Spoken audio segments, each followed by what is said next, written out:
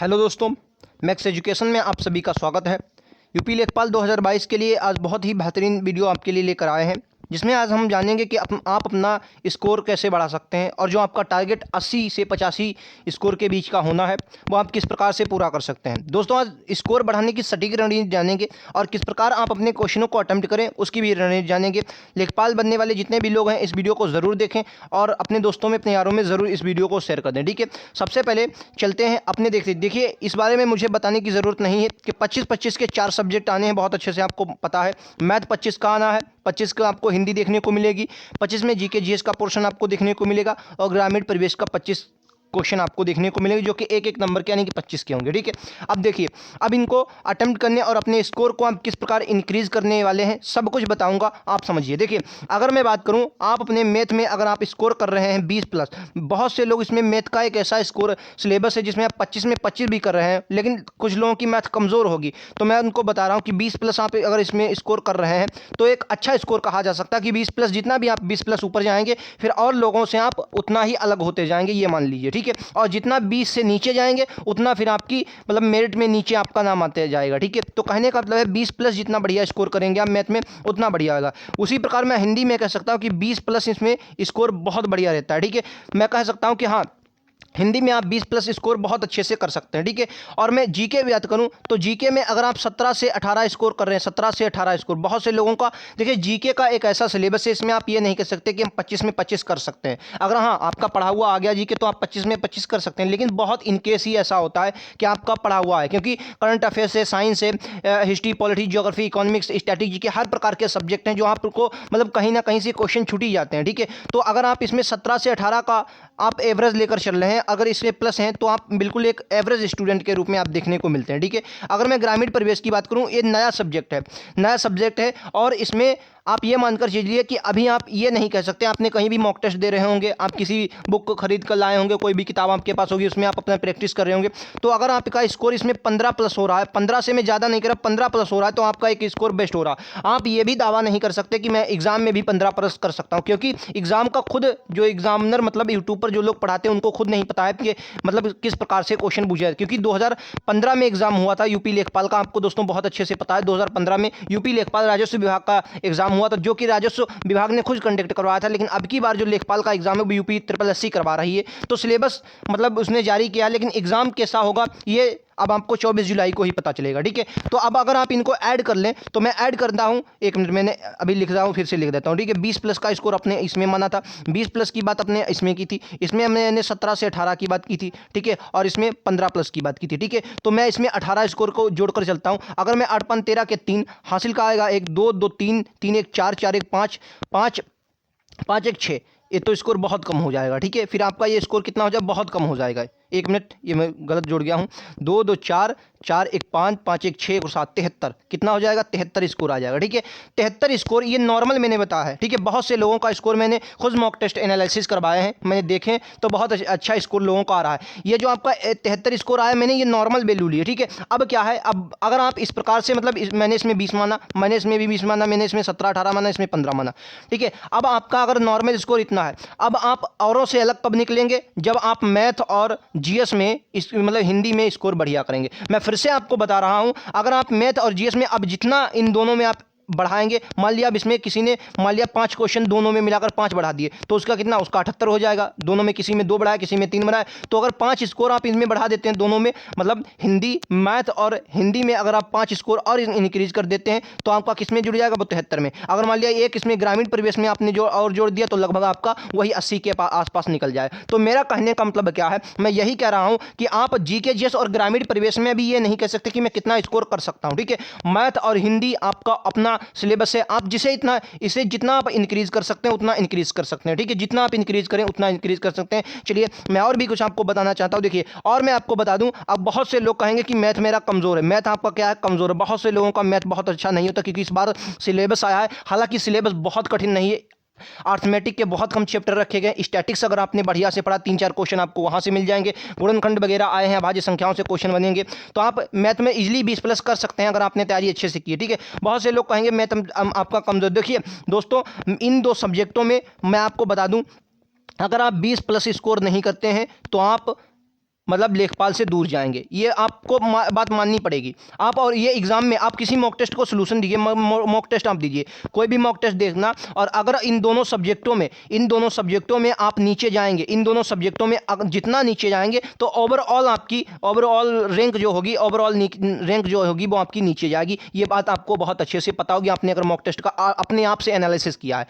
कोई भी आप मॉक टेस्ट दें उसको अपने आप एनालिसिस करें, ठीक है। आप देखेंगे ग्रामीण परिवेश में जिस भी पोर्शन में आपके ग्रामीण परिवेश में क्वेश्चन बढ़ेंगे उसमें आपका ओवरऑल क्वेश्चन बढ़ जाए, क्योंकि ग्रामीण परिवेश में हर बच्चा, चाहे वो कोई बच्चा हो, वो 20 के ऊपर निकल ही नहीं पाता है, क्योंकि योजनाएं आपकी बहुत सी योजनाएं हैं, उनको पढ़ना है, भूमि पैमाइश पढ़ना है, आपको बहुत से चैप्टर इसमें पढ़ना है। और खुद अभी पता नहीं, जो मॉक टेस्ट आपने करे होंगे या किताब किसी से आप प्रैक्टिस वगैरह कर रहे होंगे, उसमें मॉक टेस्ट दे रहे होंगे, तो आप मतलब खुद नहीं पता है कि किस प्रकार से आपके भी ग्रामीण परिवेश का पोर्शन आ सकता है, ठीक है। बाकी जीएस में जीके जीएस की मैं बात कर रहा हूं तो कह ही नहीं सकते कि आप 25 में 25 ला सकते हैं, क्योंकि ये थोड़ा हट के होता है। इसमें बहुत सिलेबस है और 25 क्वेश्चन है। तो मैं आपको यही बताना चाहता हूं कि मैं फिर से आपको यही बता देता हूं कि अगर मैथ, कौन से सर, 2 सब्जेक्ट, मैथ और हिंदी, अगर आप इनमें से जितना ऊपर जाएंगे, औरों से आप उतना ही ऊपर जाएंगे, और जिसमें जितना आप नीचे जाएंगे उतना ही ओवरऑल आप नीचे जाएंगे। ये बात लिख कर दे दीजिए। अब जब मॉक टेस्ट आप दीजिए उसका अपना एनालिसिस खुद कीजिए और फिर देखिएगा, ठीक है। अगर मैं आपको बात करूं,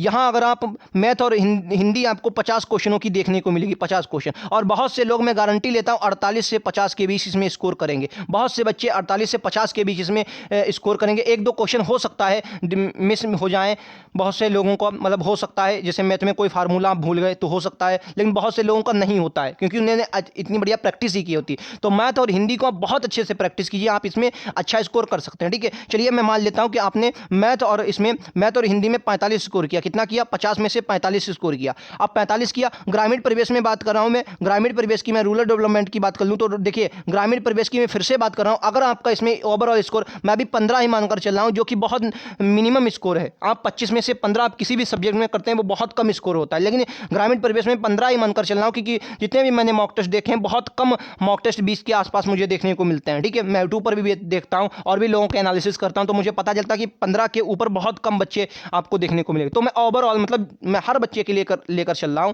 मैं ओवरऑल आपसे ओवरऑल ये कर रहा हूं कि अगर आपका 15 इसमें स्कोर है तो आप 15 यहां से कितना जोड़ लेंगे, तो आप कितना करेंगे, 6, यहां पर 60 आपका यहीं पर स्कोर हो जाता है, ठीक है। 60 आपका यहीं स्कोर हो जाता है, और वही आप अगर 17 से 18 क्वेश्चन वहाँ जीके जिसमें मार देते हैं तो कितना हो जाएगा, वही आपका लगभग 80 के आसपास आपका सिलेबस क्वेश्चन पहुंच जाएगा। और फिर से बता दे रहा हूं, अब आपका बहुत अच्छे से एक क्वेश्चन सर आएगा कि मेरिट, मैं आपको गारंटी दे रहा हूं, अगर आपका स्कोर 80 के आसपास है, 80 छोड़ो, मैं 80 की बात नहीं कर रहा हूं, क्योंकि 80 बहुत स्कोर हो जाता है। 78 प्लस है तो आप औरों से अलग हैं, औरों से अलग। फिर जितना आप इसके ऊपर जितना जाएंगे, मेरिट में आपके नाम आने के चांसेस बढ़ते जाएंगे, ठीक है। जितना आप ऊपर जाएंगे, मेरिट में आपके नाम बढ़ने के चांसेस उतने ही ज़्यादा होंगे। ये बात आपको खुद मालूम है और आप अच्छे से जानते हैं, ठीक है। बात करेंगे सेफ स्कोर सर कितना हो सकता है। बहुत लोग कह रहे हैं कि सेफ स्कोर मैं इसी वीडियो में आपको बता दूँ, लगभग आप ये मानकर चलिए कि 75 से प्लस अगर आप टारगेट करते हैं, 75 प्लस का टारगेट, तो आपका मतलब सेफ स्कोर। बहुत से लोगों का ये मानना था कि पिछली बार अगर आप यूपी पेट का एग्जाम, बहुत से लोगों ने ये भी कहा